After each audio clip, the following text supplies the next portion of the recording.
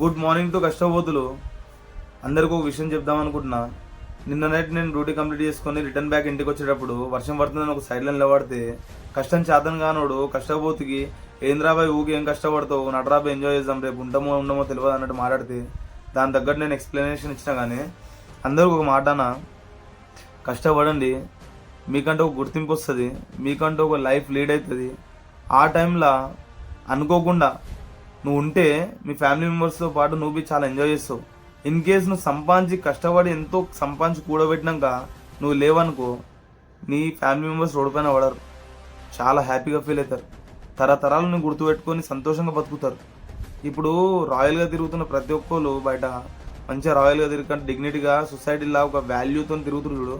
ప్రతి ఒక్కళ్ళ లైఫ్లో వాళ్ళ కుటుంబ సభ్యులలో ఎవరో ఒకరు వాళ్ళ లైఫ్ని సాక్రిఫైస్ చేసినందుకు వాళ్ళకి అట్లాంటి లైఫ్ వచ్చింది. గుర్తుపెట్టుకోండి, మనం ఆర్థిక పరిస్థితి బాగాలేనప్పుడు మనము కష్టపడడం తప్పులేదు.